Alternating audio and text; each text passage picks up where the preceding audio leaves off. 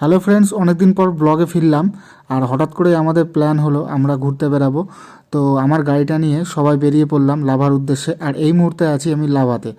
আর প্রথমেই তোমাদেরকে নিয়ে চলে যাচ্ছি লাভার মনস্ট্রিতে। আর এই লোকেশনটা দেখো, ফ্ল্যাগগুলো উঠছে। আর আর আমার ঠিক পেছনে আছে লাভার মনস্ট্রি। আর মনস্ট্রির সামনে একটা বড় একটা স্পেস আছে যেখানে তোমরা ফটো তুলতে পারো। আর এখানে লাইট কন্ডিশন আমাদের সেরকম ভালো ছিল না, যেহেতু চারিদিকে মেঘ।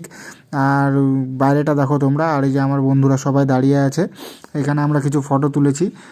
আর আমাদের এই ট্রিপটা ছিল 2 দিনের। তারপর আমরা বৌদ্ধ মূর্তি দেখার জন্য ভেতরে প্রবেশ করলাম। আর এই জায়গাটাও খুব সুন্দর। আর সামনে যথেষ্ট জায়গা রয়েছে। তোমরা যদি শর্ট টাইমে কোনো জায়গা ঘুরতে চাও তাহলে লাভা অবশ্যই আসতে পারো, সঙ্গে রিসর্টটাও করে নিও।